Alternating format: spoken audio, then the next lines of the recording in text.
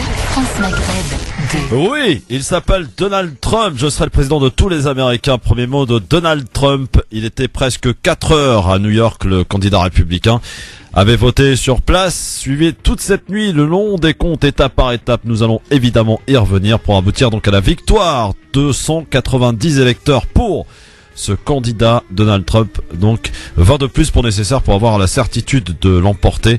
Résultat qui déjoue tous les sondages et propulse à la Maison Blanche l'homme d'affaires sans expérience politique. Résultat qui plonge aussi le monde dans l'incertitude. Nous y reviendrons avec aujourd'hui pour nous accompagner Monsieur Hamou Bouakas. Salut Hamou. Hello, nice to meet you here, in France Maghreb, dedicated to American elections. Very good.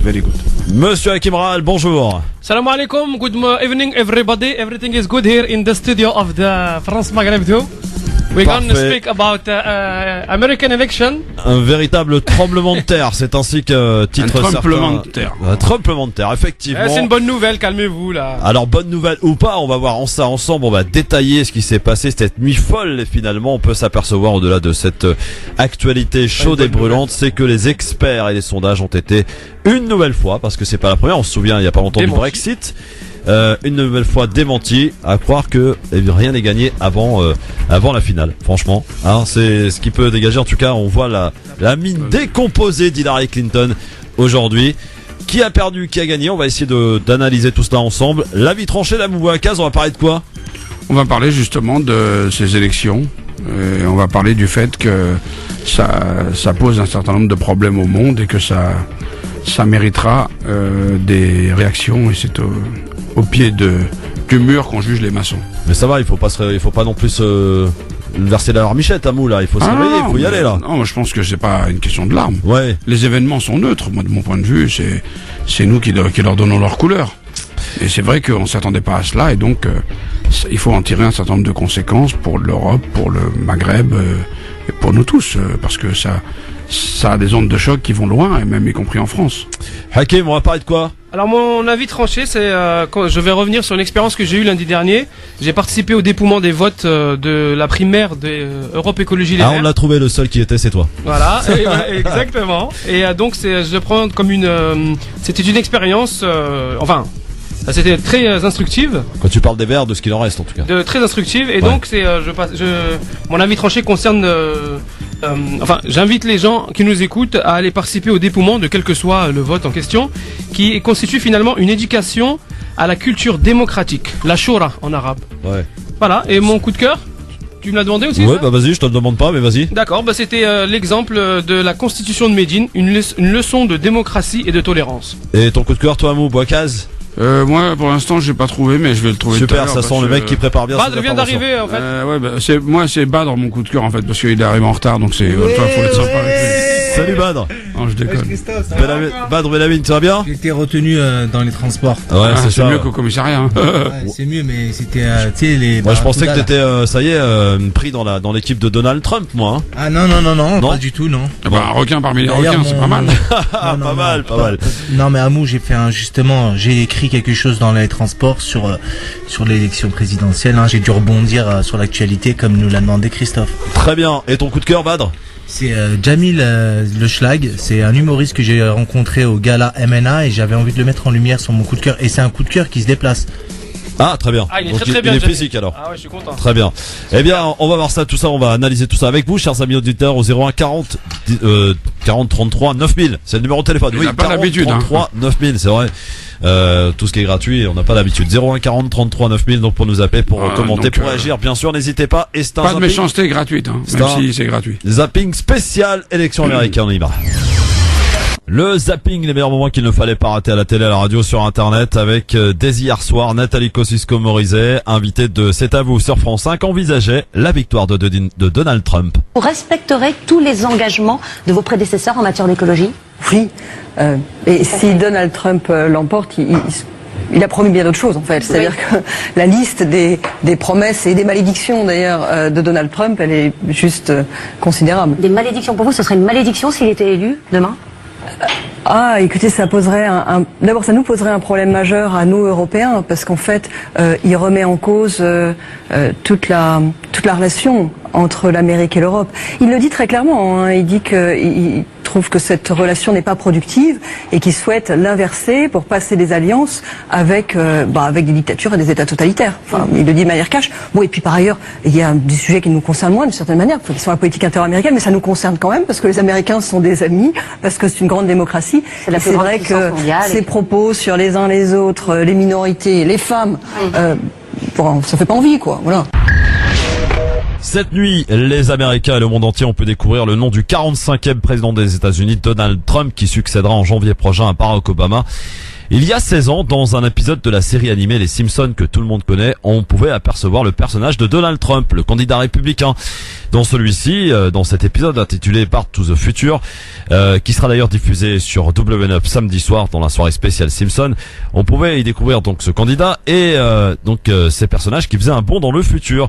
On pouvait y voir notamment Lisa Simpson qui succédait à Donald Trump à l'élection présidentielle américaine. Je vous propose d'écouter un extrait. Hey, hey.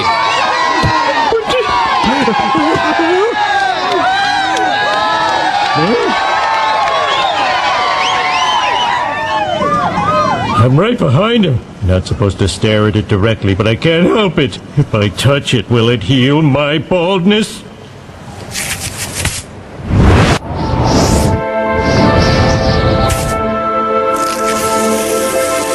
Oh, it's so wispy.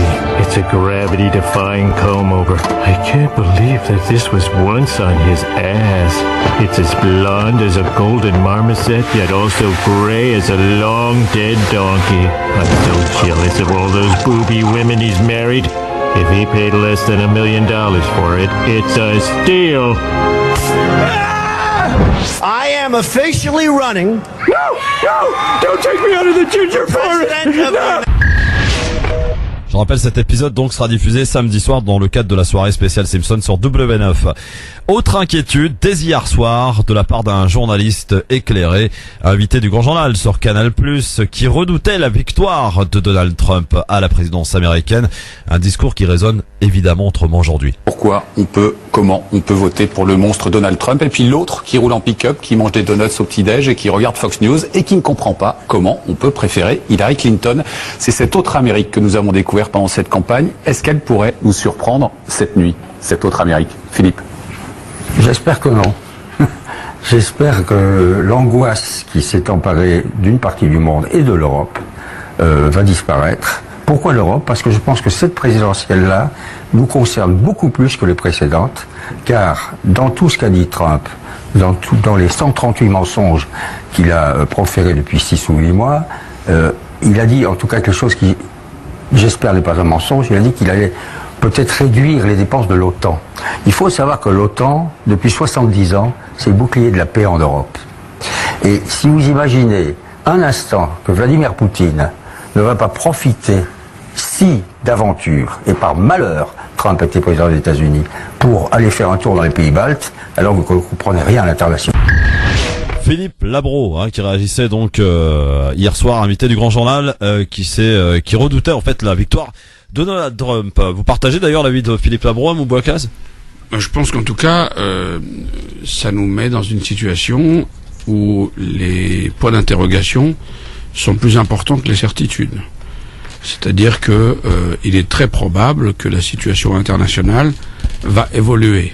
Je ne sais pas trop dans quel sens, mais le fait que les États-Unis souhaitent se retirer d'un certain nombre de zones, le fait qu'ils souhaitent remettre en cause la façon dont ils gèrent leur rapport avec l'Europe en matière de défense, le fait qu'ils veuillent exercer une tension sur la Chine en matière d'exportation et qu'ils ont un tropisme pro-russe, ça risque d'infléchir un certain nombre de conflits.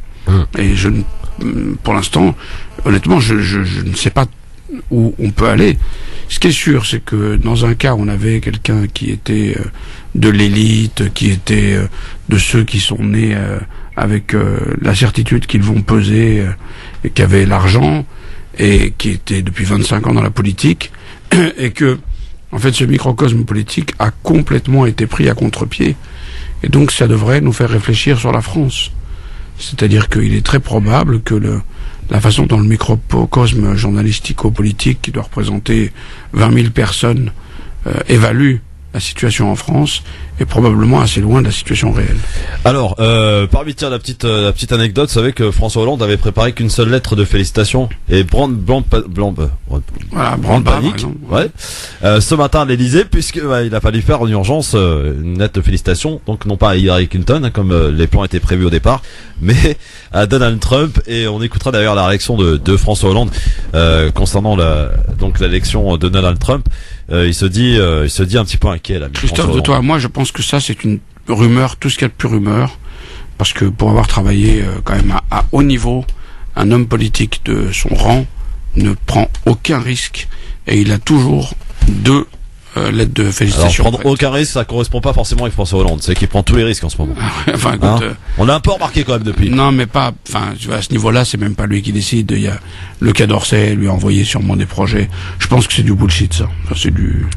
Bon, alors quoi qu'il en soit, on va y revenir dans un instant au travers de vos avis tranchés, à l'exception d'Hakim qui a décidé de faire autre chose aujourd'hui, autrement. Et on va en parler avec vous aussi au 01 40 33 9000. Bienvenue à vous. C'est votre talk, c'est le Grand Forum. On est là et il faut que ça bouge. Le Grand Forum sur France Maghreb 2 et même avec des numéros en antenne, c'est formidable. Les gars, on est en direct, c'est parti pour le Grand Forum, votre talk de fin d'après-midi avec Badr Belamine et le requin pour demain.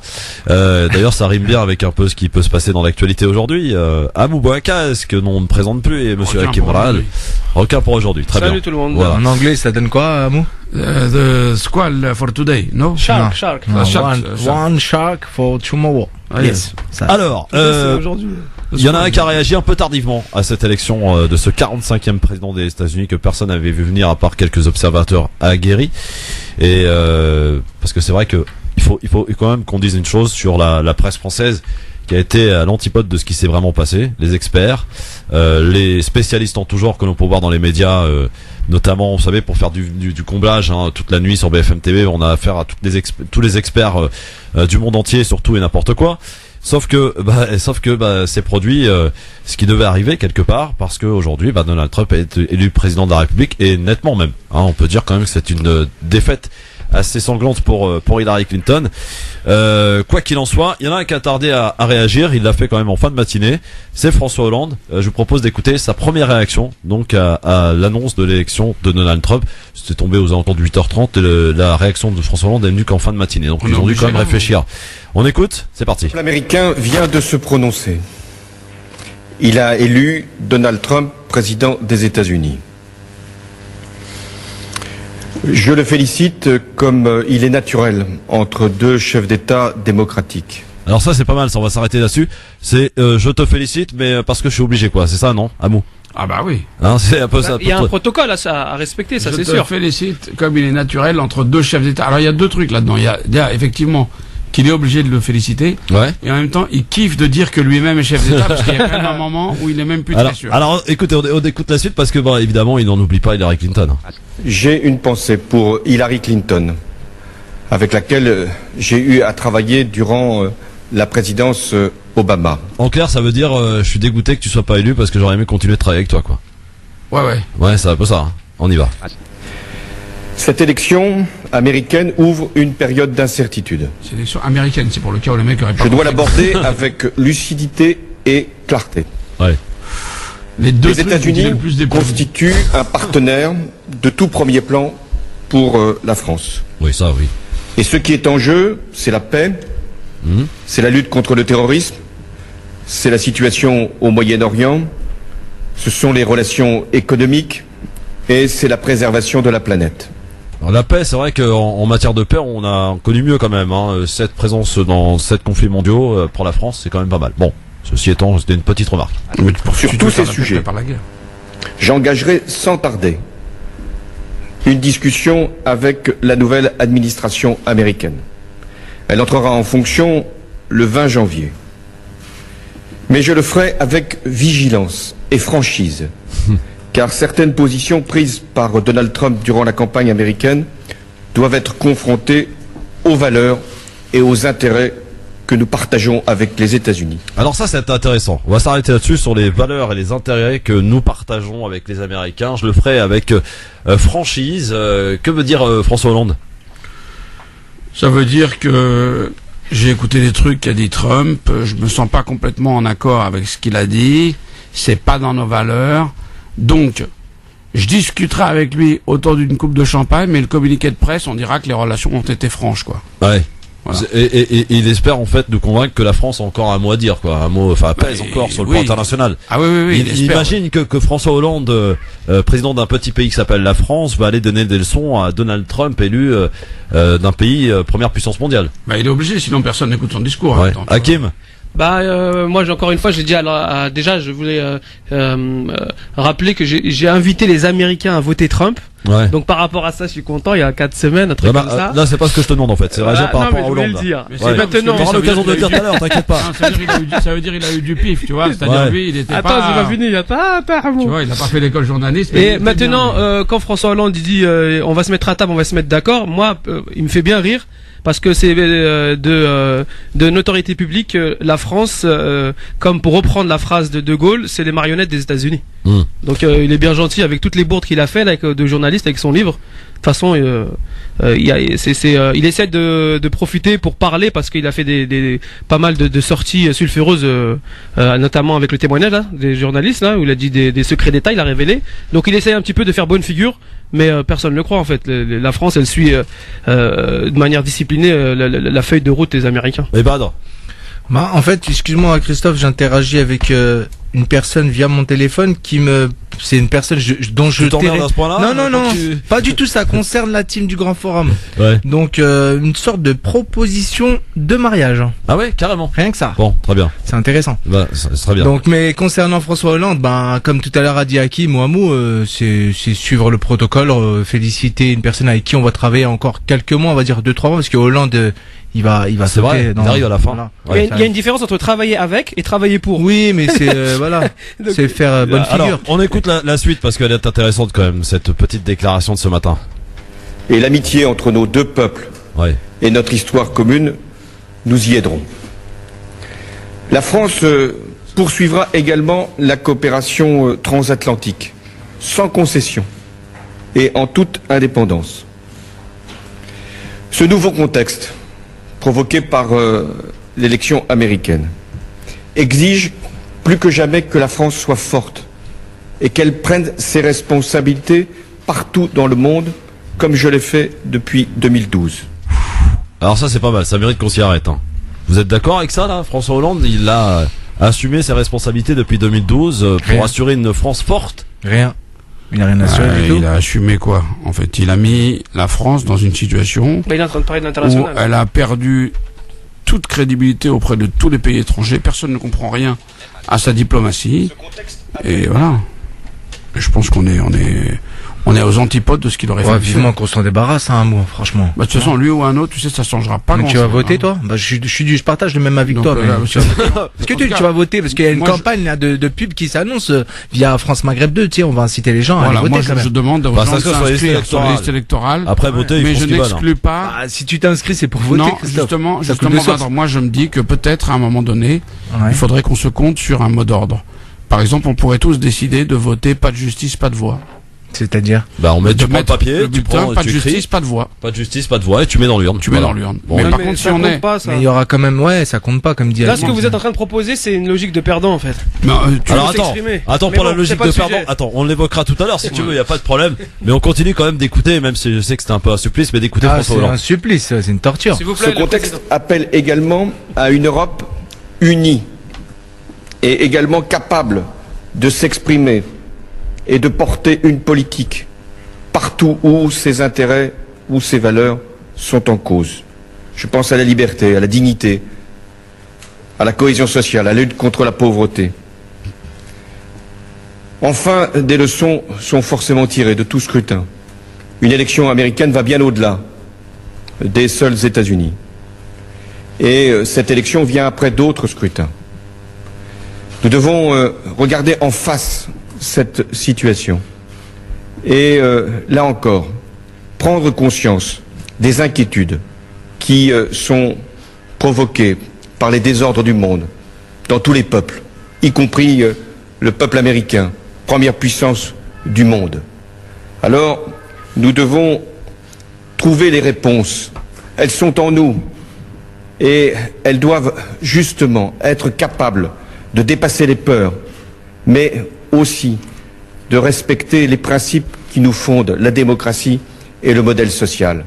Plus que jamais, cette élection nous conduit à prendre les responsabilités qui doivent être les nôtres, celles de la France et l'Europe étant l'instrument, le cadre même de ce que nous avons à faire, la France d'abord, la France en toute indépendance et l'Europe avec elle. Eh ben dites donc, si vous avez compris quelque chose, moi j'ai rien compris. En tout cas, il nous révèle que c'est quand même pas un grand orateur. Hein. Ouais, moi, j'avais pas réécouté. C'est d'un ennui. C'est d'un ennui. Il nous a dit que 2 fois il prenait ses responsabilités. Si tu les prends, tu le dis pas. Ouais. Déjà. Et après, la France d'abord. Ça me rappelle Le Pen, ça. La France d'abord. Ouais, pour dire l'Europe. Après, il a fini par. Alors c'est bizarre. Derrière. Mais bon, c'est vrai qu'avec un discours comme ça, je pense qu'il va sûrement intéresser les auditeurs et téléspectateurs français. Non, mais là, ça à mon avis, en fait, ils s'ennuyaient, quoi. On a dû perdre 500 auditeurs, là. Je sais pas, les mecs, ils ont dû passer sur la pub pour le couscous, ou je sais pas, parce que là, tu peux pas écouter un truc comme ça, quoi. Bah oui, mais c'est dur. C'est pour ça que je l'ai fait en plusieurs morceaux, comme ça, voilà, ça paraît plus, c'est plus fluide. C'est plus digeste. C'est plus, voilà, c'est ça. Ouais. Non, c'est vrai, ouais. Alors, Il faudra mieux de faire du scooter, hein, je crois que. Roue du cirque? Ouais. C'est bien le cirque, en tout cas, dans le monde. C'est parti pour les avis tranchés. 5, 4, 3, 2, 1, 0. Si je fais quoi que ce soit, c'est la mise à pied. Alors piétinez-moi, allez-y. Oh, c'est pas l'objectif de vous piétiner, mon cher Akimaran, mais en tout cas de vous écouter, nous parler, notamment, d'aller assister au dépouillement même. Il va falloir, ça va être dur de nous convaincre, mais allez-y. Bah en fait, retour sur mon expérience de lundi dernier, j'ai été invité par un ami à rejoindre le dépouillement des votes pour la primaire de Europe Écologie Les Verts. Donc ça se passe pendant toute la journée. Donc on reçoit à peu près. Il y a eu pas grand chose. C'est vrai que c'est un petit parti. Hein. Hakim, je te connaissais pas écologiste, moi. Attends, je termine. Okay. On ne coupe pas pendant les avis tranchés, s'il vous plaît. On se tait. Voilà. Non, en fait, je te parle du dépouillement. Peut-être un dépouillard. Le dépouillement des voix, en fait, c'est une manifestation donc de la démocratie française. Donc c'est une expérience qui permet à la fois de comprendre comment fonctionne la démocratie, hein, et en même temps qui va manifester l'importance du système démocratique, on pourrait dire ça, hein, donc ce qu'on dit démocratique, ou encore en arabe on appellerait ça shura, à savoir c'est lorsque le peuple s'exprime lors de l'assemblée sur des sujets qui le concernent. Donc alors, eh bien comme tu l'as dit au début, Christophe, c'était drôle pour me dire que t'étais l'un des seuls à être là-bas. Effectivement, non, j'étais pas seul, il y avait beaucoup de gens, mais c'est vrai que j'étais le seul d'origine maghrébine. Voilà, donc c'était amusant de voir qu'en fait on n'est pas du tout, mais alors là pas du tout concerné par pas simplement je vais dire la politique, mais aussi par le système, la structure à l'intérieur des partis démocratiques. Alors que, à mon sens, le parti des écologistes, c'est le parti le plus universel en France et celui qui dit le plus la vérité. Le plus universel parce qu'il transcende et il va au-delà du clivage gauche-droite. Donc la droite, c'est, je vais résumer de manière vraiment grossière, c'est de placer le profit, la croissance au centre de la réflexion.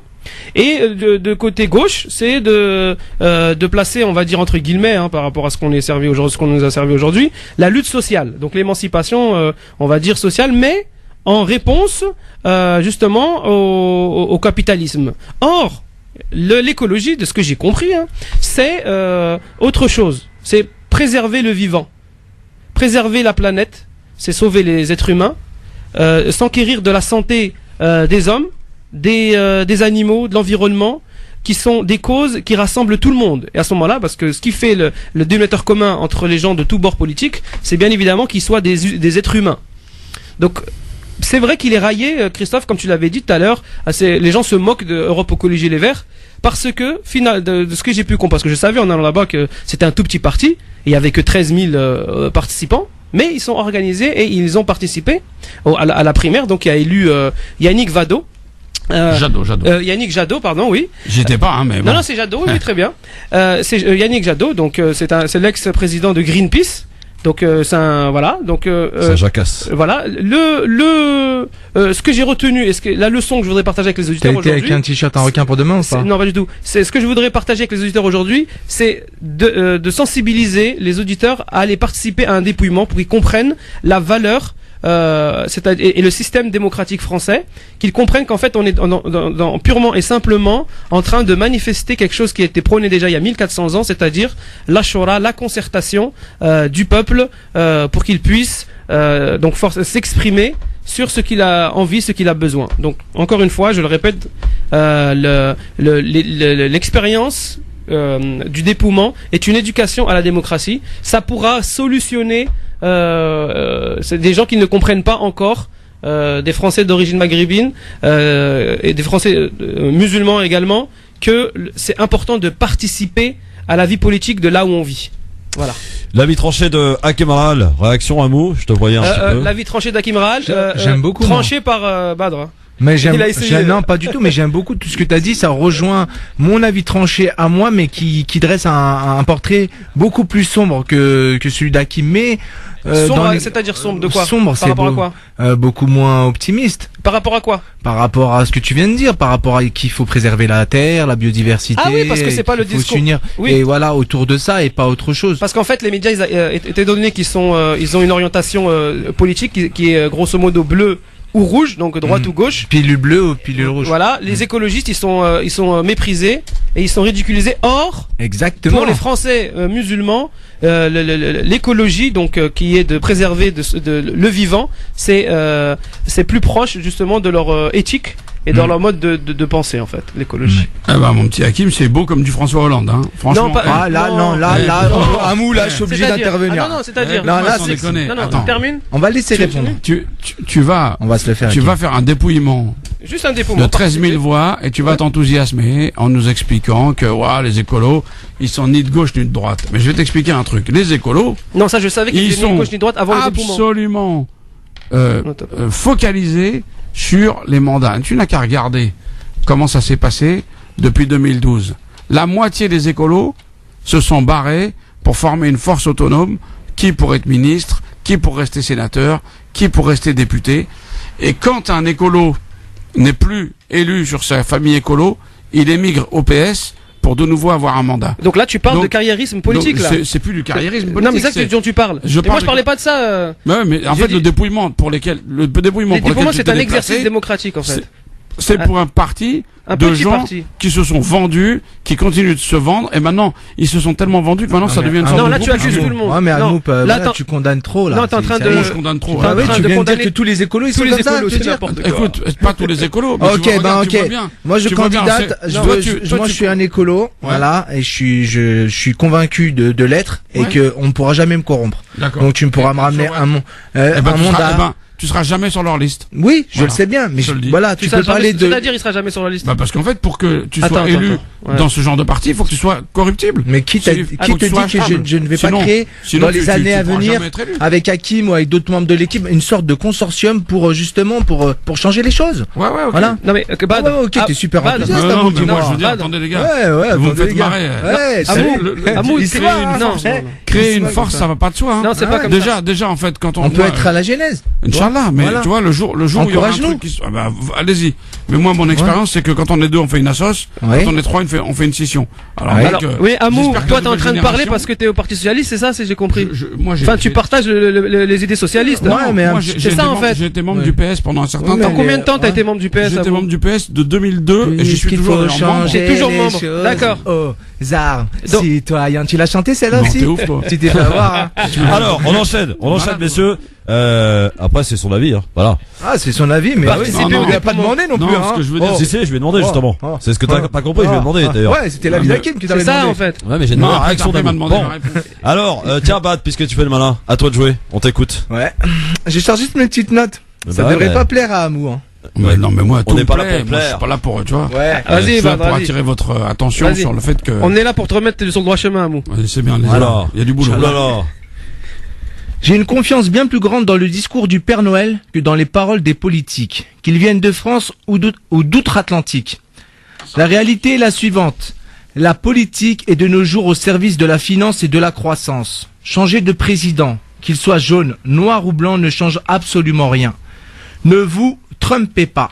Le 45e président des États-Unis ne sauvera ni l'Amérique ni le monde. L'humanité se dirige inexorablement vers le déclin. Nous n'avons pas fait qu'observer le monde, nous sommes loin du principe anthropique. Après avoir profité des largesses de la thermodynamique, l'homme disparaîtra sans brouhaha. À vrai dire, il ne mérite pas mieux que ça. Depuis des décennies, il détruit, prétextant vouloir avancer vers la modernité. La terre et les océans sont soumis aux volontés des marchés. Les dés sont pipés, tout est joué. L'explosion démographique mondiale ne laisse présager rien de bon. Nos préoccupations sont dictées par celles et ceux qui nous disent quoi penser. Vivre dans l'insouciance et le déni est devenu chose aisée. Nous avons foi en l'homme et à sa capacité à se renouveler, à se sauver. Blablabla. Bla bla. Pensez-vous sérieusement qu'un être qui a exterminé les 3/4 de ses vertébrés en moins de 50 années puisse un jour vous sauver? Celui qui pille sans même se soucier de l'après. Il n'y a qu'à voir le taux d'obésité dans le pays de la liberté. Tous ces Américains, tous ces Européens avides de pâte à tartiner, pendant qu'à Bornéo les animaux sont en train de déguster. On nous cache habilement la vérité, et quand bien même elle nous est livrée, nous nous empressons de la contester. Les gens sont drogués, annihilés. Morpheus le disait. Certaines personnes sont si dépendantes du système qu'elles vont jusqu'à se battre pour le protéger. Je ne vais pas faire de mon avis tranché une envie de diarrhée. Je n'ai pas la panacée, simplement une immense envie de tout changer. Mes amis, la politique, c'est de la finance déguisée. Rien ne changera, les inégalités resteront inchangées jusqu'à ce que la Terre ait fini de respirer. Badr Belamine, dans le métro. Ouais. Alors, c'est bien, c'est un avis tranché en rap et tout, ça, hein? C'est bien. Amou, il a dit c'est bien, mais le problème c'est que tu devrais fournir la pilule de cyanure, parce qu'à présent on se fout en l'air, quoi. Ouais, voilà, mais parce que en fait j'étais chaud parce que je pensais à Kerry James demain qui vient, t'as vu, ça m'a inspiré, t'as vu, je me suis dit je vais écrire un truc comme ça. Il vient où, Kerry James? Bah t'es pas au courant, Amou? Non, personne ne me dit rien, moi. Amou, t'es pas au courant? Personne ne me dit rien parce que je me suis déconnecté de votre liste là. Personne ne me dit rien. Mais voilà, c'était pour voilà. Donc qu'est-ce que vous avez pensé de mon avis tranché? Il est trop bien, il est de la balle, sauf que moi je voudrais pas me foutre une balle, tu vois. Ouais. Donc t'es encore optimiste alors? Ah, moi je suis optimiste, mais si tu veux, sur le diagnostic, sur le plan de l'environnement, je suis à 100% d'accord avec toi. Bah merci à moi. C'est-à-dire que la question, mais je suis d'autant plus d'accord que normalement le rôle de ce fameux parti écolo, c'était de créer le rapport de force pour essayer de lutter. Qu'est-ce qu'ils ont fait? Rien du tout. Ils ont été compromis. Ils se sont gavés. Ils ont été la valeur d'appoint d'un certain nombre de partis. Alors même si tu me dis demain, ils sont que 13 000, nous on est 5 millions, on encercle le parti des Verts, on le prend. Là, je te comprends. Ouais. Ça m'intéresse. Mais c'est le but. C'est le but. Mais non, c'est le but. Vous n'êtes pas d'accord. Tu verras. Vous n'êtes pas d'accord. C'est le but. Non, mais c'est le but. Tu verras. Amou, attends. T'as vu Bad Belamine qui est à côté de toi? Tu verras. T'inquiète pas, on va changer les choses. Non, parce que ça va, je vous trouve bien optimiste. Non, moi je suis toujours content. Je me dis toujours que l'espoir en fait fait vivre. Parce que paradoxalement, il y a effectivement un environnement qui se déglingue, mais en même temps, il y a quand même l'humanité qui a su trouver des solutions jusqu'à maintenant. La blague. Non, je t'assure. Quelle solution? Détruire encore plus? Mais non, mais regarde. Tu te trompes pas beaucoup sur moi, je trouve. Il y a quand même des gens qui montrent la voie, des mecs comme Pierre Rabhi, des gens comme ça. Pierre Rabhi, il a rien à voir avec des mecs comme Badr Belamine, la thèse de lutte sociale ou la thèse de défendre la croissance. Non, mais il est plus du côté écologiste. Ben voilà, c'est placer la réflexion. Ce gars-là, il est en train de montrer à son petit endroit que une autre façon de faire. On va quitter les écolos parce que vu ce qu'ils pèsent, ça va pas forcément nous ramener de l'audience, si vous permettez. Pourquoi? Mais qui te dit que ça n'intéresse pas nos auditeurs? Appelez, réagissez s'il vous plaît, sauvez-moi. C'est pour ça qu'il y a personne. Sauvez Willy. Dans un instant, on va passer à l'avis tranché de Amou Bouaka, ce qui va réagir évidemment sur sur l'élection américaine, sur ce monde qui a tremblé ce matin, depuis ce matin en tout cas, et donc Amou va réagir. Et vous pouvez aussi le faire au 01 40 33 9000. Décidément j'ai du mal. 01 40 33 90 00. Et puis on écoutera aussi parce qu'il a un petit papier à nous faire. Tarek Mami. Il veut aussi se mêler. Tarek, oui. Il veut se mêler un petit peu à. Et il devrait venir, comme ça, lui, il ramènera un chargeur d'iPhone. Non, je déconne. Parce qu'Amou cherche, voilà, sa fixation, c'est de charger un chargeur d'iPhone. Il y a Jamil qui va te ramener un chargeur. On sait vraiment que tu sors du Parti Socialiste, là. Non, tu vois, je suis pas écolo, tu vois. On est complètement dépendant de ces merdes, quoi. C'est clair, c'est clair. Et toi, le premier, à tout de suite. Surtout moi, ouais. Forum, votre talk de fin d'après-midi. Merci d'être avec nous, de nous rejoindre sur votre radio France Maghreb 2. Votre talk de fin d'après-midi, évidemment, on parle et principalement de ce tonnerre depuis ce matin. Donald Trump élu 45e président des États-Unis. Après avoir écouté les avis tranchés de Hakim et de Badr, nous allons écouter maintenant celui de Hamou Bouakas, qui évidemment est en rapport avec l'actualité et la nomination, l'élection de Donald Trump. C'était plié. Pas la peine de suivre les élections, elle avait gagné. Après le premier président noir, on allait voir ce qu'on allait voir, les États-Unis allaient élire une femme à la magistrature suprême. Une femme, secrétaire d'État, soutenue par les marchés, civilisée, adoubée par tous les présidents de tous les pays civilisés, devait succéder au noir magnifique orateur qui avait enthousiasmé le monde ces 8 dernières années. C'était plié, sauf qu'on avait oublié une petite variable.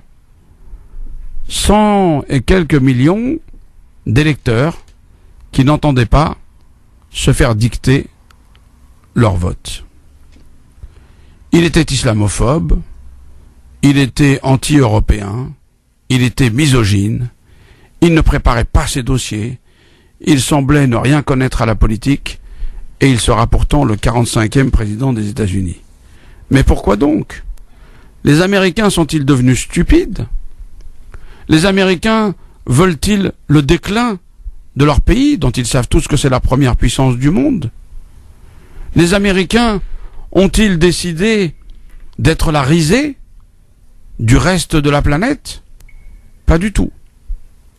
Les Américains sont un peuple composite, sont un peuple divers, et les quelques millions d'Américains de la côte Est qui bénéficient des nouvelles technologies, qui ont accès à tous les marchés et qui voient leur vie s'améliorer et les richesses augmenter, ne sont qu'une toute petite proportion.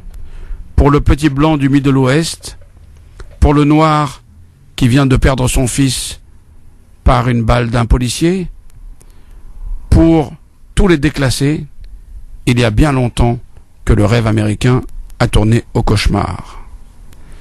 C'est bien ce qu'a compris ce populiste, ce cynique, ce businessman de Trump. Il a fait une campagne adaptée à chaque segment de marché et il a gagné. Que doit-on en conclure? D'abord, que très probablement, il ne fera pas tout ce qu'il a dit. Ouf.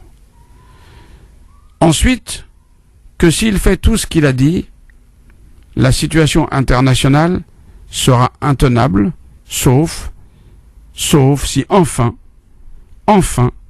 la France, l'Europe et le Maghreb et le monde arabe, qui est sa zone de profondeur stratégique, se décident à réfléchir sur ce qui les rapproche, se décident à trouver le moyen de poser les véritables enjeux d'un 21e siècle vivable. La balle est dans le camp de la France, de l'Europe et des pays arabes. Trump pourrait bien être la meilleure des choses qui puissent nous être arrivées. Si le pire n'est pas sûr, il reste néanmoins probable. Soyons vigilants. Ça c'est de la vie tranchée, messieurs dames. C'est Hamou Bouakas à l'instant sur France Maghreb 2. Tu sais, en t'écoutant, j'avais presque envie d'écouter François Hollande ce matin réagir comme ça, de cette manière. T'imagines? Ouais. C'est pour ça qu'il est à l'Elysée et que moi je suis à Belleville, quoi. Voilà, écoute, à chacun sa place, mais bon, peut-être un jour. Ouais, Inch'Allah. Ose espérer. Bien, moi, tiens. Quand plus personne ne sait où aller, faut mieux confier les clés à un aveugle. Nous on a l'habitude. On est plus à ça près. Changer de base avec Bouakas. Vous êtes prêts ou pas? On y va? On a trouvé le slogan, dites-donc. Badr, il a l'air chaud, Badr. Moi je te donne le ministère de l'Environnement. Moi direct je le prends. Tu vois? Direct. Hakim, je te file la jeunesse et l'éducation. Ouais, pas mal. Ouais. Christophe, l'information, la communication. À qui tu donnes les sports? Tariq Mami, je mets chef du protocole et conseiller spécial. Et la défense, c'est qui?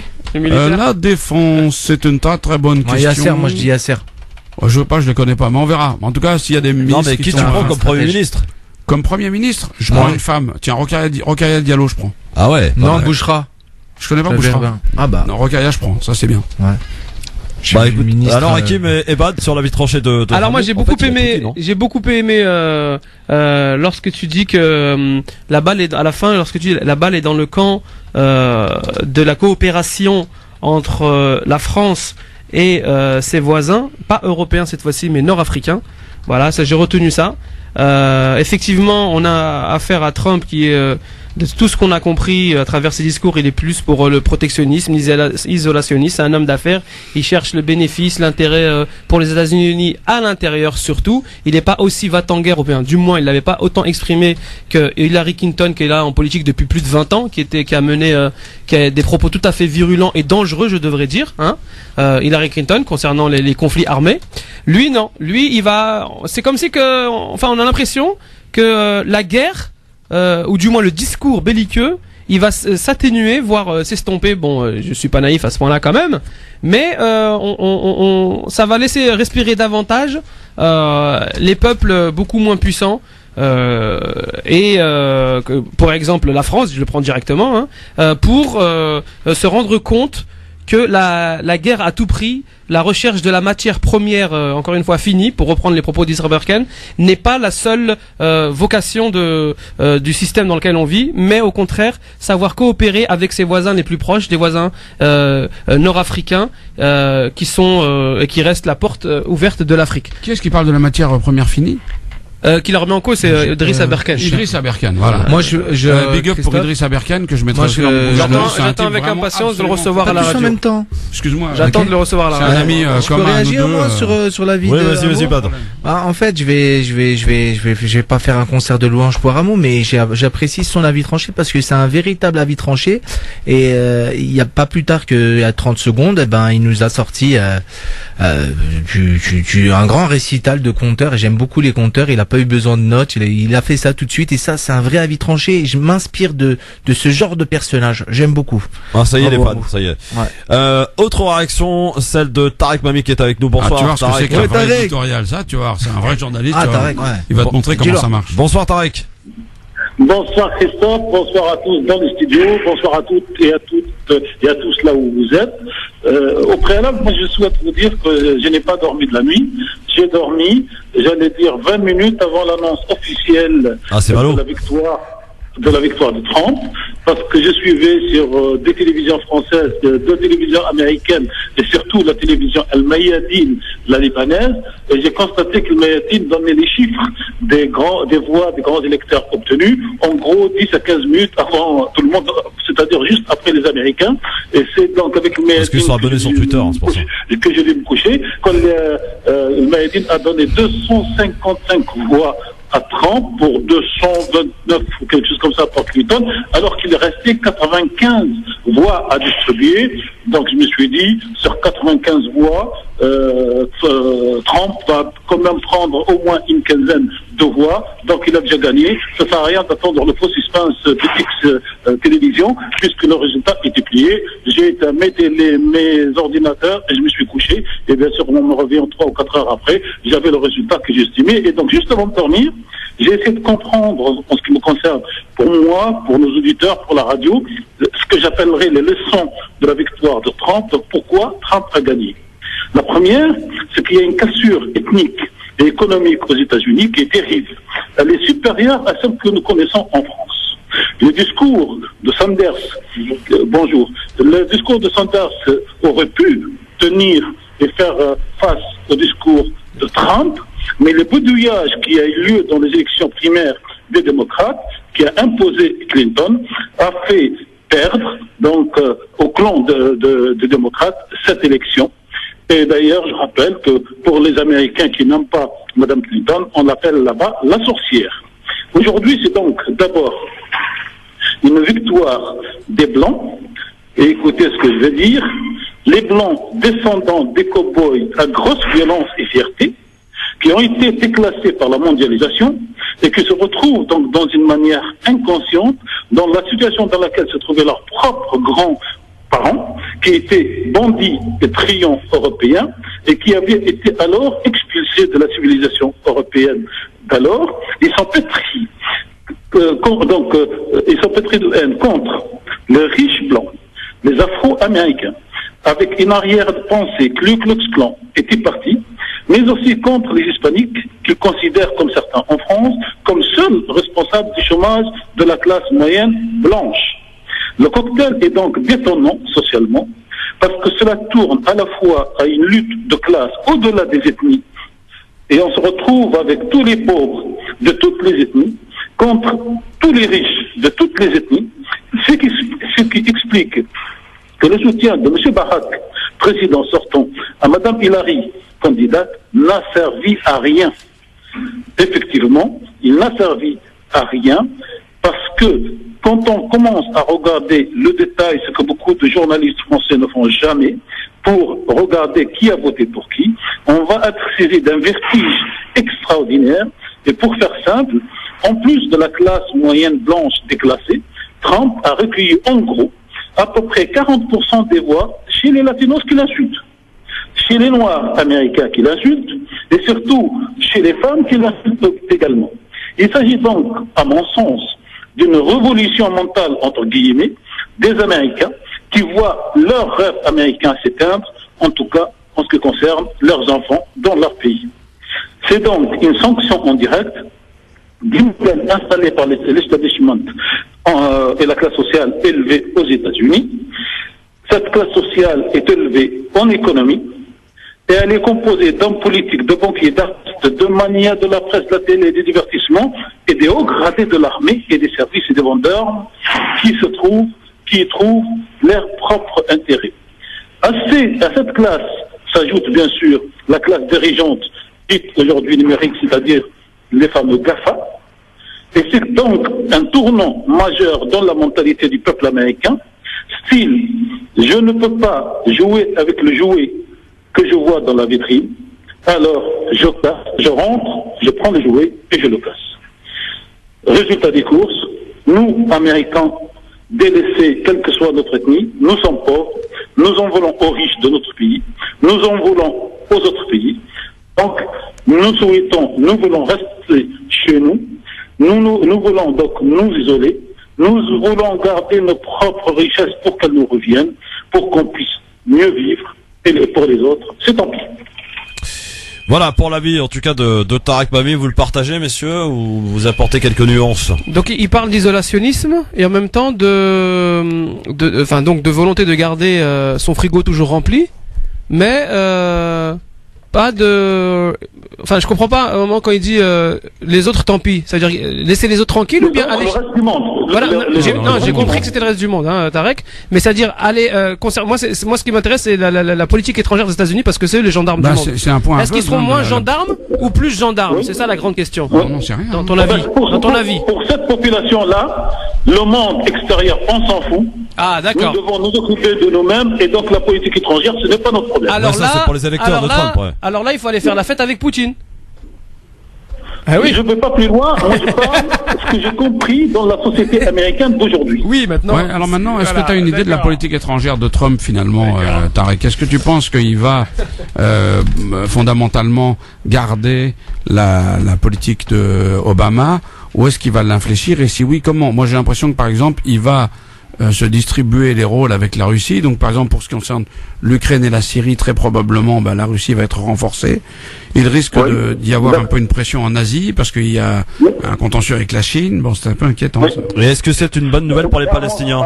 À mon sens, il va donner plein pouvoir aux Israéliens, parce qu'il y a des liaisons qui dépassent la politique américaine. D'ailleurs, on vient de publier son avant-projet ou son projet en 16 points.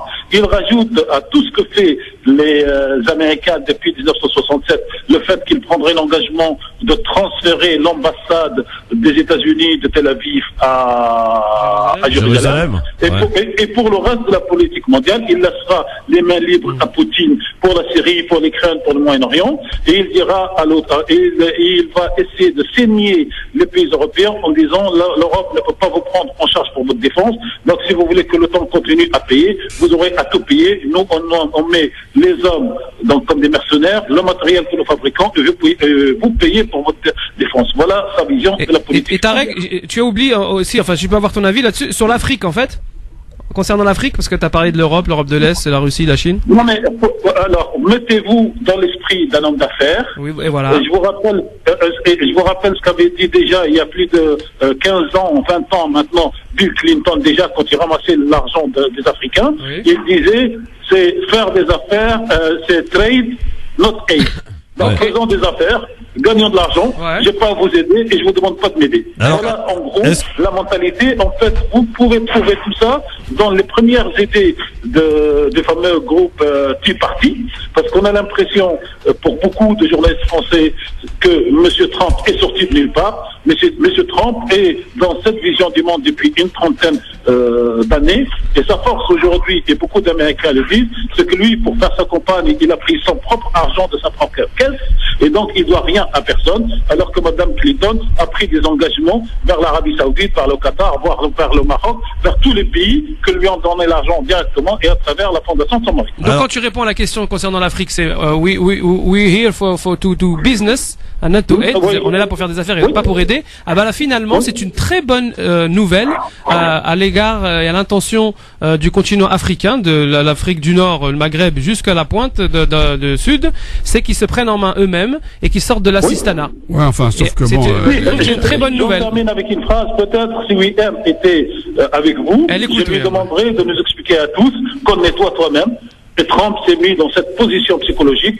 Connais-toi toi-même pour connaître tes besoins, tes envies, et le reste, tu agis en conséquence. Dernière question, Tarek, est-ce que c'est une bonne nouvelle pour les Palestiniens? Je pense ou non, hein. Non. Très mauvaise. Très mauvaise nouvelle. L'un ou l'autre, de toute façon, la nouvelle, ça serait la même. Dans un échange avec Christophe ce matin et avec d'autres, et je leur dis, le seul dossier international qu'il va gérer en propre et garder en propre pour 1001 raisons sur lesquelles nous pouvons revenir, c'est la question donc palestinienne, et il dira même que les Palestiniens n'auront aucun État tant qu'ils n'auront pas accepté toutes les conditions mises sur place par les Israéliens. Donc ça c'est clair et net. Mais à la limite, quelque part, moi je préfère quelqu'un qui dit des choses comme ça contre lequel on doit se battre que la politique et la diplomatie américaine depuis 67 qui fait exactement ce que dit M. Trump, mais qui le fait avec une hypocrisie. Par exemple, M. Trump, il dit quand je serai président,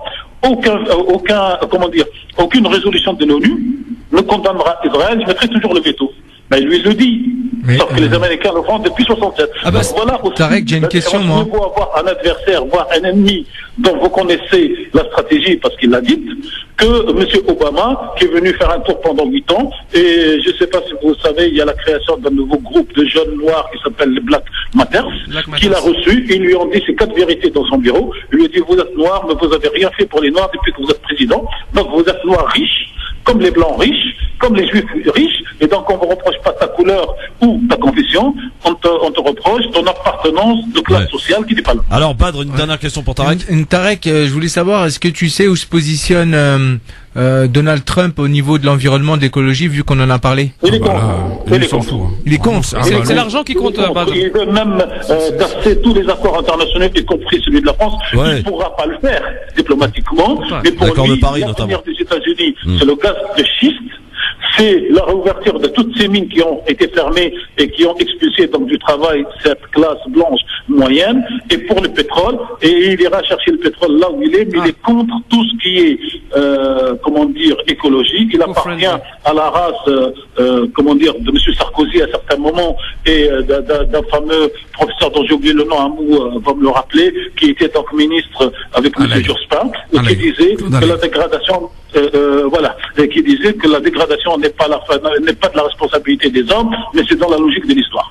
Merci Tarek pour votre réaction donc à l'élection de Donald Trump. Merci, autre réaction, celle de Sofiane qui fait partie de la team du Grand Forum aussi. Salut Sofiane. Salut Christophe, salut tout le monde. Salut Sofiane. Alors, avec toi, je voulais, avant de te laisser parler, mais je voulais qu'on aborde un point particulier, si vous le permettez, messieurs. Au-delà de l'élection présidentielle et donc de la victoire de Donald Trump aux États-Unis, est-ce que cette victoire de Donald Trump peut avoir des conséquences sur les futures élections en France, en premier lieu, la primaire de la droite? Sofiane. Oui, moi personnellement, je pense que le Premier ministre italien, l'ancien Premier ministre Enrico Letta, il avait dit aujourd'hui que ça ressemblait à la chute du mur de Berlin. En 89, et d'ailleurs c'était un 9 novembre d'ailleurs, jour pour jour. Hein. Tout à fait. Alors il l'a représenté de cette manière-là pour dire que les conséquences de ce tremblement de terre que vient de subir les États-Unis aura des conséquences sur la planète entière. Ouais. On parle de la plus grande puissance au monde. Et maintenant, pas seulement sur les primaires en France, c'est sur le système européen aujourd'hui. Quand on entend François Hollande, il insiste sur l'Europe. Il n'a pas compris que c'est un mouvement du peuple qui est c'est un mouvement qui est en place et qui va même va toucher ici l'Europe. On va pas être étonné de voir Marine Le Pen. On a vu déjà le Brexit avec Nigel Farage, nous avec Pepe Grillo en Italie. Ces mouvements populistes, ils sont capables demain d'arriver au pouvoir. Et surtout quand on voit que les médias ou la masse de propagande des élites ne marche plus. Quand vous voyez aux États-Unis les 200 grands journaux, ils étaient à 99% avec Hillary Clinton. Ouais. Tous les instituts de sondage, Wall Street, quand vous avez un sondage pour Trump, vous avez Wall Street, la bourse qui était en chute. Si vous avez Clinton en plus, vous avez un rebond au niveau de la bourse. Ils ont tout joué pour avoir une élection d'Hillary Clinton. Ils ont bidouillé un peu les primaires au niveau démocrate pour écarter Bernie Sanders. On a bien vu que l'élite, quand on appelle l'élite ou les populistes appellent l'élite, ils ont tous misé sur Hillary Clinton. Et il y a un échec. Donald Trump, il représente un peuple. Et ça donne un espoir vraiment réel à tous les mouvements populistes en Europe. Maintenant, même parce que ce qui représente Trump, c'est l'anti-atlantisme, c'est l'anti-TAFTA, l'anti-CETA, l'anti-toute cette mondialisation. Il veut en vérité démondialiser les États-Unis, la réindustrialiser, tout en utilisant des accords à l'envers des accords qui ont été signés déjà auparavant. Alors les conséquences, Sofiane. Il a tous les moyens de faire sa politique parce qu'il ne dépend de aucun lobby, contrairement à Hillary Clinton qui était achetée tantôt par l'IPAC, tantôt par les Saoudiens, tantôt par la Fondation Clinton, tantôt par Wall Street. Elle était vraiment, comme on dit, même si elle voulait faire quelque chose, elle était vraiment fermée, comme on a vu 8 ans d'Obama où il y avait presque rien du tout, alors que les médias nous disaient que c'était un homme très populaire et il part avec 65% de pourcentage favorable. Les conséquences, Amou, les conséquences sur les primaires de la droite. Par exemple, si je dis une bêtise en se disant que Alain Juppé, si ça avait été Hillary Clinton, on pouvait dire clairement aujourd'hui que c'était peut-être le futur président de la République française. Aujourd'hui, la ligne néoconservatrice a perdu aujourd'hui. Aujourd'hui, Trump a été élu. Est-ce que ça peut avoir des conséquences sur la primaire de la droite, sachant, et vous l'avez peut-être observé quand même, la remontée spectaculaire de François Fillon. J'allais dire que Sarkozy, pour l'instant, est toujours celui préféré parmi les sympathisants de la droite. Donc, est-ce que finalement, c'est pas la défaite d'Alain Juppé, là? Oui, moi, personnellement, il faut suffire juste de voir après la réouverture du dossier des emails. Il faut pas, juste une parenthèse. L'affaire des emails n'a pas été clôturée, mais par contre, l'affaire de la Fondation Clinton, c'est toujours en cours, Ouais. qui montrerait que monsieur Trump aura cette arme entre les mains pour imposer un agenda bien particulier, parce qu'avec les emails et l'affaire des emails, la Fondation Clinton, il peut mettre Hillary Clinton et son mari, une bonne partie de l'administration Obama en prison. Ouais. Mais c'est un élément pour dire que sa politique va être appliquée, moi, à mon avis, à 80%. Et surtout, il faut pas suivre les analyses parce qu'ils sont joués, ils se sont trompés sur tout. Alors, deuxième chose, sur les primaires en France, c'est trop tôt pour parler de ça, mais on a eu deux éléments. On a la ligne néoconservatrice qui était dans la même ligne de Clinton, à savoir Alain Juppé, qui était pour une guerre en Syrie, une frontale continuée, le interventionniste, interventionniste à fond. Au niveau intérieur, d'accord, un apaisement, mais au niveau de ligne extérieure, c'est un acharnement contre les Russes, etc. Ouais. Et le second qui fait les deux personnes qui ont une position différente, c'est François Fillon, qui est vraiment dans une nouvelle ère avec la Russie. Et vous avez Nicolas Sarkozy. Moi, à mon sens, je sais pas, on peut pas savoir. Mais on va voir au niveau des médias, ils vont commencer à s'attaquer sur Juppé. Et on va voir cette bulle qu'on nous a vraiment gonflée, elle va se dégonfler dans les prochaines petit à petit. Petit à petit. Ouais. Après, maintenant, si l'État profond décide de mettre Sarkozy face à Marine Le Pen, il y a un risque d'une élection de Marine Le Pen. Ce qui n'est pas exclu aujourd'hui. Oui. Amou. Moi, alors sur la fin du raisonnement, je suis assez d'accord. C'est-à-dire que plus que jamais, Marine Le Pen est en situation de perturber vraiment le jeu au point que des configurations qu'il avait élues, j'en avais déjà parlé sur cette antenne, ne seraient pas du tout invraisemblables. Et c'est pour ça que, pour ma part, plus aujourd'hui d'ailleurs, j'avais appelé très cyniquement, tout en étant extrêmement lucide, à faire voter Juppé aux primaires, parce que, à tout prendre dans mes différentes priorités, il me semble que Juppé et Kosciusko-Morizet sont moins dangereux pour nous, au niveau intérieur en tout cas, que Sarkozy. Et aussi parce que je sais que si Juppé est au second tour contre Marine Le Pen, les gens iront voter, alors que si Sarko est au deuxième tour contre Marine Le Pen... Et Fillon, Marine Le Pen? Fillon-Marine Le Pen, j'avoue que je n'ai jamais testé dans ma tête cette configuration. Il va falloir y penser parce qu'il monte, c'est l'homme qui monte là. Je ne pense pas que Fillon réussira, parce que Fillon... Moi, je pense que c'est une ligne politique qui a été... Moi, on parle de politique étrangère, hein. C'est une ligne politique. Soit on a la néoconservatrice, ou pour les intérêts de la France, on a la ligne de réouverture non pas de la confrontation avec la Russie, mais d'une négociation, d'essayer de jouer... Celui qui me paraît... en ce moment dire les choses les plus intéressantes sur la politique étrangère, c'est Dominique de Villepin. Ah oui, mais il n'est pas candidat. Ouais. Non, mais il va soutenir sûrement un des... Il soutient personne. Non, il a dit clairement, il soutiendrait personne. Personne ne va être soutenu par lui. Comme ça, il a toutes les chances d'être pris dans un futur gouvernement en ce qui nous concerne. Allez, on est de retour très vite. Merci Sofiane. Merci à toi en tout cas pour ton analyse. Et on en reparle évidemment parce que je pense quand même que ça peut avoir des conséquences, cette histoire. À tout de suite. Le Grand Forum sur France Maghreb 2, merci d'être avec nous pour la suite de votre Grand Forum. Alors après avoir écouté Sofiane et sur les conséquences surtout, c'est ça qui m'intéresse moi, sur les conséquences des primaires. Parce qu'il va forcément y en avoir et je suis sûr qu'aujourd'hui les spécialistes, les observateurs dans ce pays vont regarder les choses un petit peu autrement parce que le coup a été assez fort là, il a été porté au monde et surtout après le Brexit, tu vois, parce après le Brexit déjà c'était déjà une alerte, première alerte, c'est incroyable. Là, on s'y attendait pas ou encore une fois, sauf les observateurs aguerris. Si, certains quand même certains bien sûr, ouais, évidemment. Ça nous a quand même tous pris à contre-pied quand même. Moi personnellement, je n'ai absolument pas été surpris que Trump soit élu président des États-Unis. C'était, par contre, si tu regardais, lisais la presse française, tout était dit pour que Hillary Clinton soit la présidente. Moi, je podcast plein d'émissions d'un jour sur l'autre, et donc j'ai écouté aujourd'hui des émissions d'hier, et c'était à mourir de rire. Les éditorialistes les plus connus, ils ont dit strictement n'importe quoi. C'était tout à fait étonnant.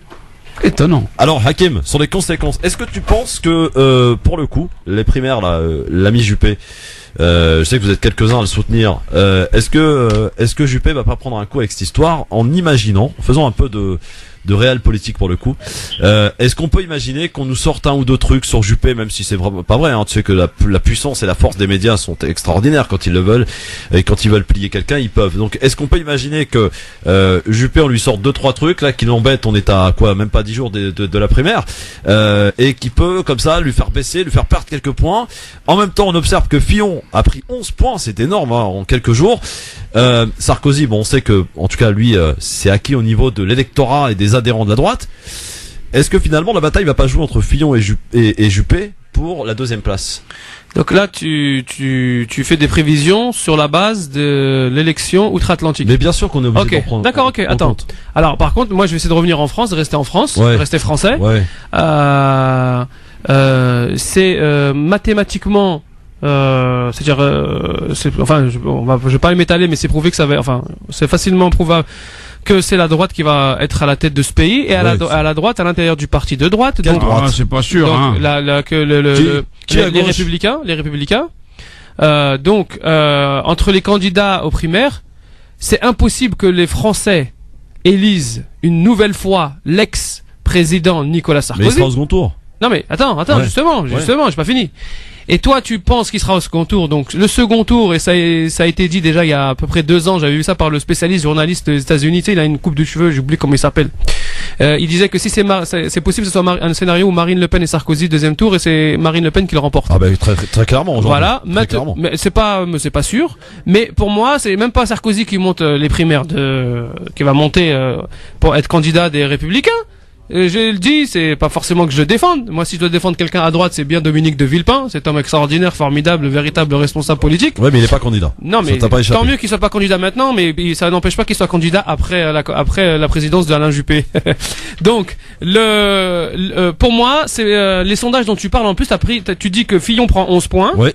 Après, tu parles pas des points de Juppé ni des points de Sarkozy. Il stagne. Oui, mais il stagne en tête. Ouais. Alors, on va être tout à fait précis. C'est lui qui est dans le peloton, il est en tête, effectivement, dans des sondages. Mais quand tu regardes plus précisément et analyses, quand il y a des sondages de fait pour les adhérents de LR, c'est Sarkozy qui est en tête. Oui, c'est pas Juppé. Alors, Alors, je remets encore une fois en cause les... Et tout va dépendre, si tu veux, Hakim et Amou, tout va dépendre finalement de ce qu'on appelle des gens qui sont pas forcément ancrés à droite, peut-être les gens du centre, voire même des gens de la gauche qui vont venir voter. C'est pour ça que j'avais fait un éditorial en disant aux gens de gauche qui écoute la radio, mais moi écoute, d'aller voter Juppé à toutes fins utiles. Non, mais ça me paraît un peu inconcevable, messieurs, excusez-moi de vous le dire, d'aller voter dans une primaire, dans un parti dans lequel tu te reconnais pas, tu vas devoir signer une charte avec laquelle tu n'es pas d'accord. Alors, je vais te dire, moi, j'ai voté en 2011 pour Hollande en signant une charte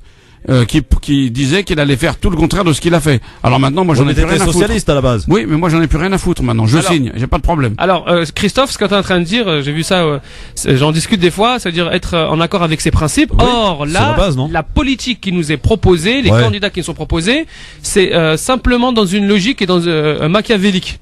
C'est-à-dire, ça m'étonnerait pas et ça m'étonne pas du tout, que les électeurs du Front National, les adhérents du Front National viennent participer à la primaire de droite pour mettre en avant Sarkozy. Absolument, c'est tout à fait possible. Voilà, parce qu'ils vont se déplacer eux, ils en ont rien à faire de payer d'euros et encore moins de signer un papier d'accord sur les valeurs en rigolant. Même s'il fallait poser la main droite sur jurer sur la Bible, ils n'ont rien à faire parce que ils sont dans une logique de résultat. Voilà. Maintenant, pour revenir aux auditeurs de France Maghreb, c'est-à-dire et notamment majoritairement les Français de France Maghreb et notamment les Français musulmans de France Maghreb 2. France Maghreb 2, oui, France Maghreb 2. C'est difficile pour Hakim, c'est difficile. France Maghreb 2, on a compris. Au moins l'erreur a fait que ça a permis l'insistance, donc je t'ai rendu service en insistant. Je t'ai fait insister sur France Maghreb 2. Comment il retourne le truc? OK. Voilà, ça s'est fait. Donc les Français musulmans doivent prendre conscience que c'est pas parce que je suis pas d'accord avec toi maintenant tout de suite, d'accord, que après tu peux pas être en accord avec ce que je défends. Voilà, c'est un petit peu des. J'ai rien compris, Hakim. Excuse-moi. Tu as dit très clairement d'aller pour participer à la primaire de droite le 20 novembre. Il faut donc non seulement payer d'euros, mais surtout signer une charte sur les valeurs. Voilà. Mais tu me poses la question, dans la participation qui nous est proposée, cette participation démocratique, je préfère moi en tant que Français musulman aller faire barrage à Nicolas Sarkozy avec ses derniers propos sur les frites encore, il pointe les musulmans, d'accord, en votant pour Juppé, en votant, il a eu du mal à le dire. Est-ce que t'as réécouté la séquence? Ça n'a rien à voir. C'est assez magnifique la façon dont il a mis la vidéo sur le Facebook de la radio. Ouais, mais on suce pas notre pouce, on n'est pas des enfants. Donc allez signer, moi ça me dérange pas du tout. Surtout c'est pour faire un barrage une fois pour toutes à Nicolas Sarkozy. Et bien évidemment. Ouais, mais c'est pipé. Qu'est-ce qui est pipé? Bah c'est pipé. Ah, tu crois que les votes ils vont te Moi je suis pas pour la primaire ouverte, je vous le dis. C'est-à-dire, pour toi en fait c'est pas pour une meilleure vie de la démocratie. Non, ce n'est pas au candidat de gauche, c'est pas au candidat de gauche, c'est pas aux gauchistes, aux centristes d'aller décider qui va représenter. Mais c'est une chance formidable pour la mais c'est une chance formidable pour la Shura, pour la consultation. Comme c'est pas aux électeurs de droite d'aller décider. Mais pas du tout, mais avant d'être à gauche ou à droite, on est français, Christophe. Exactement. Moi je suis tout à fait d'accord avec Hakim. C'est-à-dire qu'à un moment donné, quand le système il est cynique, quand le système il vise à éliminer, moi, j'ai aucun problème à voter pour. Donc tu vas signer une charte pour laquelle t'es pas d'accord. Oui, mais c'est de l'intelligence, ça, Christophe. Absolument. Christophe, c'est pas Marseille PSG. Attends. C'est pas Marseille PSG. De la droite et du centre. C'est une stratégie. C'est la liberté, c'est la fraternité, c'est quoi? C'est quoi les valeurs? Les valeurs qui correspondent aux valeurs de la droite. Moi, j'en sais rien. C'est quoi leurs valeurs? Je les signerai pas. J'ai pas envie de la signer, moi. Mais t'es citoyen français ou pas? Oui. Ah bah alors aujourd'hui, ton pays, il est en passe d'élire un prochain président de la République. Ouais. Et il se peut que ça soit Nicolas Sarkozy. Ouais. Et tu veux pas faire barrage en fait. Ça sera le choix des Français. Moi, je suis français. Et mon choix, c'est de. Moi, je suis exactement comme Hakim. Si je peux peser pour éviter un mauvais choix. Le problème, c'est que vous serez isolé, messieurs. Je tiens à vous le dire tout de suite. Si toi tu viens. Attendez. Les électeurs de gauche, par habitude, déjà, on a pu observer qu'ils ne se déplacent pas, déjà, en temps normal. Est-ce que vous pensez qu'ils vont aller payer 2 euros et voter un primaire de la droite? Non, mais vous rêvez, les gars. Donc, alors là, maintenant, c'est une autre question que tu poses. Vous êtes comme les experts et les sondeurs, vous vous plantez. Non, là, c'est une autre question. Je me suis pas planté pour Donald Trump. Là, c'est une autre question et je pense pas me tromper pour Juppé. Là, c'est une autre question que tu poses, c'est, maintenant, c'est au-delà de l'idée, de la valeur du principe, de l'intelligence et du raisonnement. Maintenant, c'est concrètement sur le terrain. Est-ce que les gens vont se déplacer? Évidemment que les gens, le premier parti de France, c'est le Front National. Les gens qui sont toujours les premiers à aller voter. C'est le premier parti de France. C'est les Front National. Bien sûr qu'ils vont se déplacer, contrairement à d'autres qui sont pas du tout, ils ont pas du tout cette culture politique et démocratique finalement. D'accord? Et donc ils vont ronfler, ils vont préférer ronfler que de se réveiller, aller de s'occuper de leur vie à eux. Parce qu'ils se sentent pas concernés par la politique. Or, ça nous concerne. Non, moi je suis d'accord avec Hakim et j'irai même plus loin. Si je suis éditorialiste dans cette radio, c'est pour dire à un moment donné, de temps en temps, d'aller au-delà de ce qu'on attend de nous. J'ai conscience, en signant cette charte, de faire quelque chose qui n'est pas dans la logique, mais je le fais totalement de bonne foi. D'abord, qui est capable de me dire ce que sont les valeurs de la républicaine de la droite et du centre? Moi, personne n'est capable de me les dire. Alors, et en plus, quand on voit la collusion de certains socialistes avec certains types de droite et du centre, bah on peut pas savoir quelles sont vraiment leurs valeurs. Mais par contre, moi je sais une chose, c'est que Hollande, Sarkozy, puis Hollande, puis Sarkozy, ce serait pour moi et pour la France absolument dramatique. Et donc je ferai tout pour éviter ce schéma. Parce que Sarkozy, ça veut dire Le Pen. Alors on va prendre Hamid qui est avec nous. C'est pire que Le Pen, Sarkozy. Excuse-moi Christophe, c'est pas à moi de distribuer la parole. On peut revendiquer des valeurs mais pas en avoir. C'est à peu près ça. Monsieur Hamid, bonsoir. Bonsoir Christophe, bonsoir à toutes et à tous. Si tu me permets la continuité de ce que vous êtes en train de dire. Bah vas-y, je t'en prie. Monsieur Bouakat, je pense qu'il est au courant. Avant le livre de notre cher président, le dernier livre là, qu'il a presque assassiné, ou s'est assassiné lui-même. Témoignage. Il y avait cette question que les socialistes se posaient d'aller voter en masse aux primaires de la droite. Les pro-hollandais, c'est pour avoir Sarkozy en face Hollande, et les anti-hollandais pour avoir Juppé en face Hollande. Monsieur Bouakat, je pense qu'il me le confirmera ou non. Je sais pas s'il est au courant. J'ai pas d'infos. Honnêtement, j'ai pas d'infos. Si vous voulez. Pas d'infos. Avant ce livre-là, il y avait cette question. Moi, j'ai pas d'infos là-dessus. Je vais vous dire que les socialistes veulent aller voter en masse pour élire ou Sarko pour les pro-hollandais ou Juppé pour les anti-hollandais, ceux qui veulent plus avoir Hollande au deuxième mandat. Ça, c'est une question qui se posait, c'est le calcul politique. Aujourd'hui, je ne sais pas, avec ce livre-là, je ne sais pas où ça en est aujourd'hui, je peux pas vous dire. Ce que je peux vous dire, que ce matin, j'étais très heureux d'avoir entendu Trump. Je connais pas ce programme. C'est incroyable. Attendez. Il est anti-système. C'est Hamid, ce que j'ai retenu. Hamid, c'est un anti-système. Pardon de te couper. C'est un honneur à tous les médias. Tu peux me laisser parler 2 secondes, s'il te plaît? Hamid, voilà, merci, c'est sympa quand même. Pardon, excusez-moi. Non, je te dis, écoute-moi 2 secondes, c'est pas un monologue, mon ami. Écoute, excuse-moi, j'ai pas je suis assez étonné que vous soyez tous contents alors que ce mec n'a pas arrêté de vous insulter. Non mais attends, j'ai insulté qui? Il a proféré des propos absolument immondes envers les musulmans. Il a été comment ça, qui? Donald Trump? Excuse-moi, les premiers responsables des musulmans, c'est mais il est formidable ce type. Donc plus on vous insulte, plus vous êtes content, quoi, c'est ça. Le pragmatisme. Vous êtes un homme public, moi je suis dans l'anonymat, personne ne me connaît. Vous avez le courage de le dire. Parce qu'on parle des Palestiniens, on parle des musulmans, on parle des Palestiniens entre autres. Les Palestiniens, s'ils veulent vraiment changer les choses, qu'ils aillent prendre la nationalité israélienne. Ça, c'est à vous qu'il l'a dit. Je sais qu'il s'en est pris dans la tronche quand il a dit ça. On s'entend. Depuis que je suis né, j'ai toujours entendu qu'ils souffrent, ces gens-là. Et merci Christophe de la dernière fois où tu as l'information qui est passée inaperçue concernant le gouvernement palestinien qui a essayé de raser un village et les virer. Ça vient d'où? Ça vient de Mohamed Abbas. Vous attendez quoi? Que c'est l'Arabie Saoudite qui va régler les problèmes palestiniens? L'Arabie Saoudite, par contre, a des... Donc, merci, monsieur Bouakat. Vous avez le courage de le dire. Je vous remercie, je vous soutiens sur ce point-là. Sur cette idée-là. Pour moi, c'est la logique même. C'est eux qui souffrent, c'est pas nous. Merci Hamid. Merci Hamid. Ils seront majoritaires. Et là, ils votent. Merci beaucoup Hamid pour ton analyse, en tout cas ta réaction.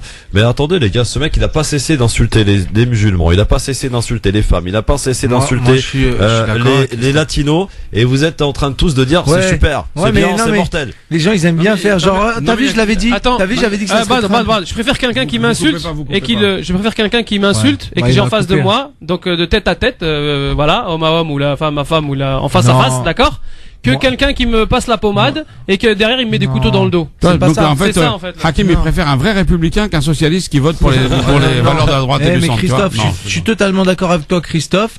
Après, on avait une ça veut pas dire que je me réjouis pas de. Oui, on avait une pourrie d'un côté, on a un autre pourri d'un côté. Très pourri. Voilà, des deux côtés, on a des fruits pourris. Déjà, ils ont dépassé les 70 ans.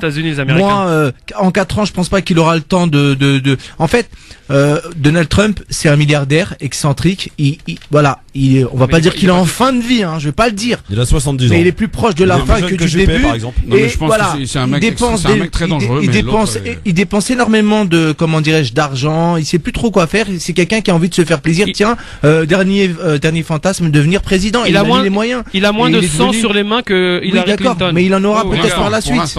Mais non, moi je parle de maintenant. Que Trump ou Hillary ou n'importe quel autre qui serait venu, à devenir président, il aurait eu la même, on va dire, stratégie politique. C'est la même chose. Il y a rien qui va changer. Arrêtez de vous leurrer. C'était la même chose pour Obama il y a quelques années. On était là, ça va changer.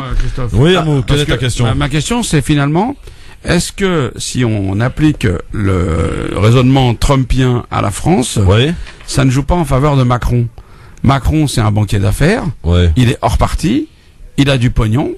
Après tout, il pourrait très bien faire une campagne et rafler, un peu comme Trump a raflé le parti républicain qui le déteste, rafler les lambeaux de la gauche et battre au finish Juppé, le candidat des institutions.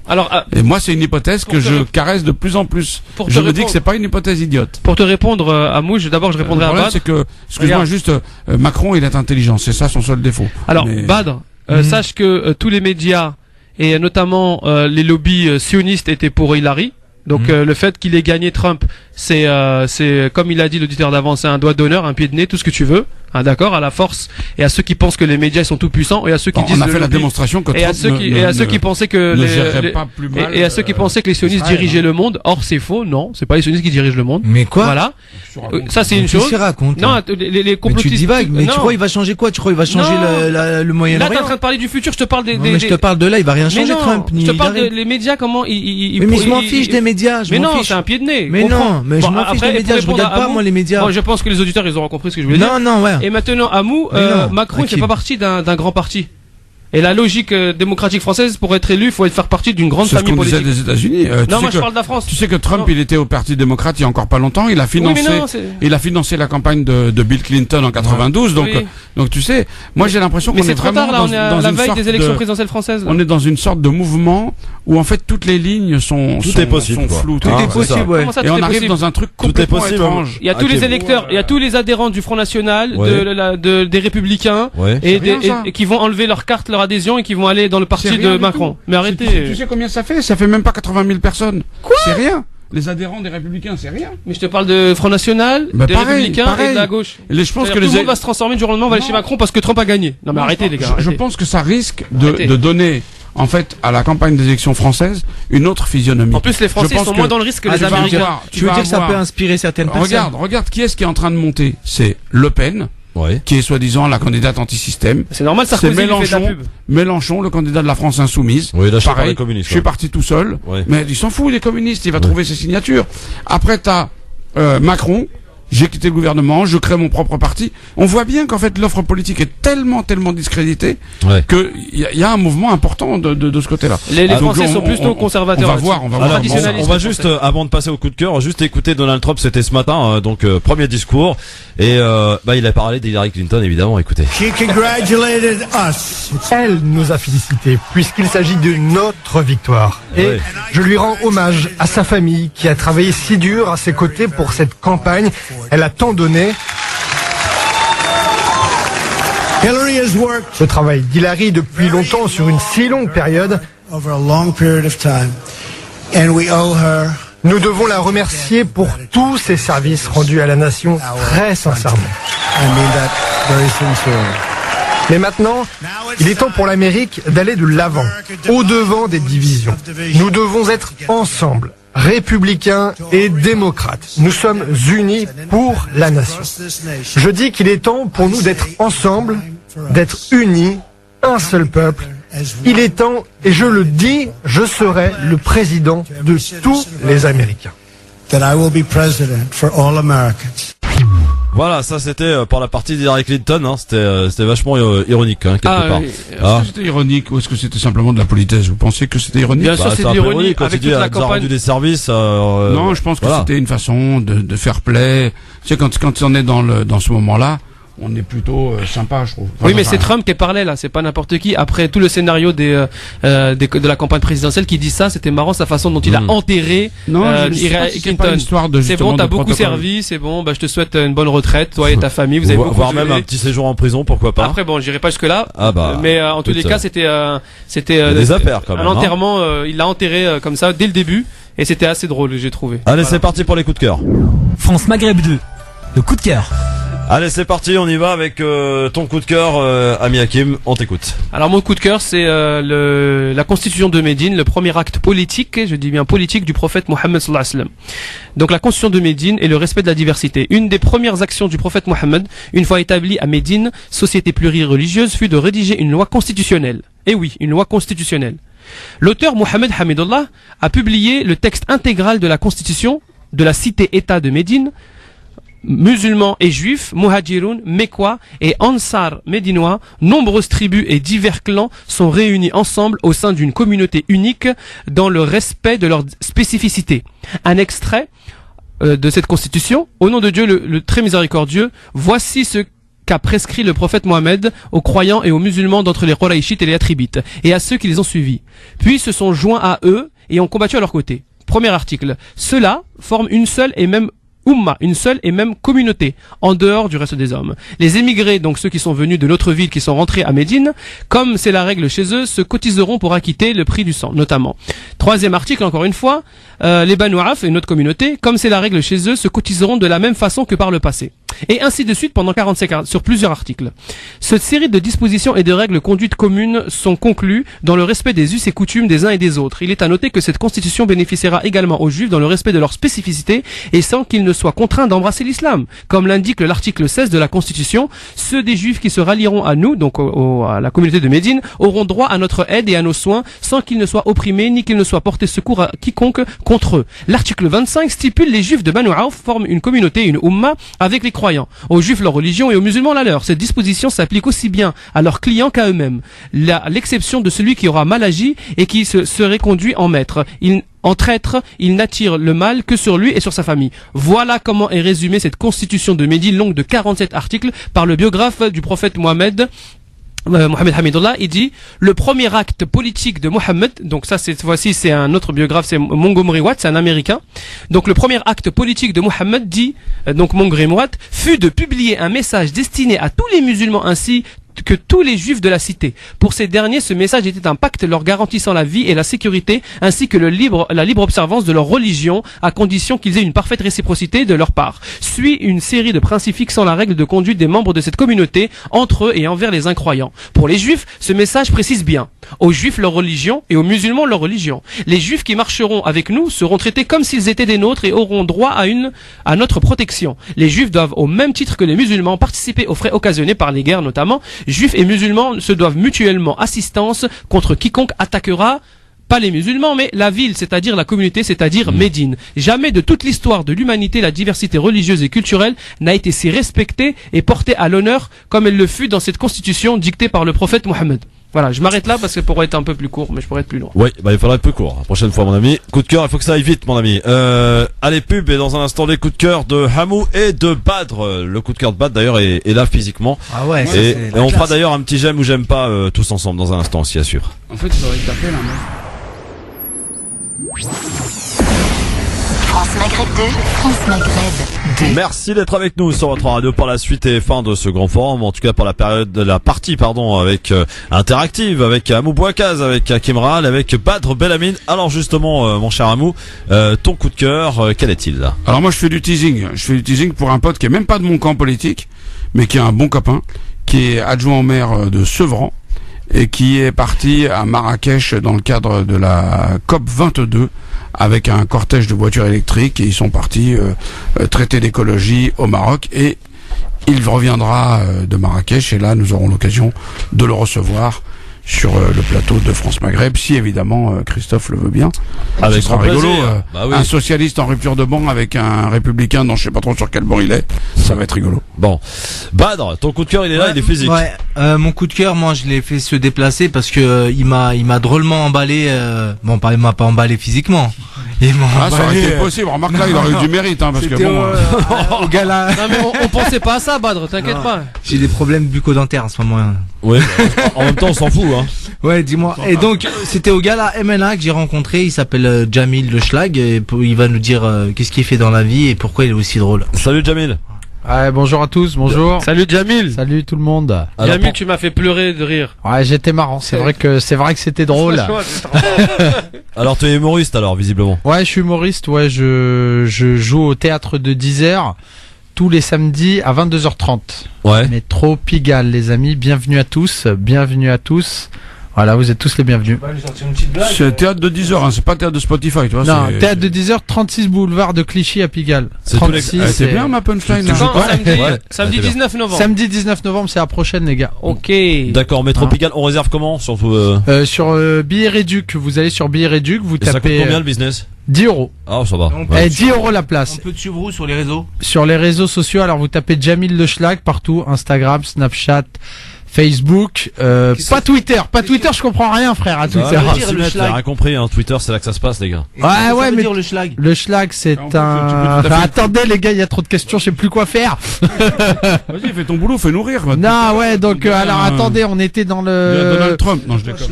Alors schlag, ça veut dire schlag, contrairement aux idées reçues, c'est pas juste un alcoolique, c'est un super alcoolique. C'est un marginal en fait. C'est un gars qui vit, c'est un original, un gars qui vit en marge de la société. Ouais. Voilà, tout à fait. Moi, il suffit. Bon là, vous me voyez pas physiquement, mais c'est vrai que physiquement tout de suite, voilà. Voilà, vous vous rendez compte qu'il y a des problèmes. On sent tout de suite que j'ai grandi dans un lit superposé, quoi. Ouais. Et que ça grinçait un peu. C'est quel type d'humour Alors, c'est de l'humour drôle. Ouais. C'est principalement, c'est ça mon créneau. C'est un peu à la base de l'humour, non? Voilà, non, parce que je sais pas si t'as remarqué, mais il y en a beaucoup. C'est de l'humour, on va dire, je sais pas moi, politique, tout ça. Moi personnellement, c'est pas ce qui me fait marrer. Moi, mon objectif premier, c'est de te faire rire. Ouais. Quand tu vas venir au spectacle, si jamais tu ris pas toutes les 15 secondes, je te rembourse ta place. Ah. Ce qui est entièrement normal. Ouais. Il y a pas un moment où tu ne dois pas rire, c'est ça mon objectif. Et donc vers où t'as envie d'emmener le spectateur?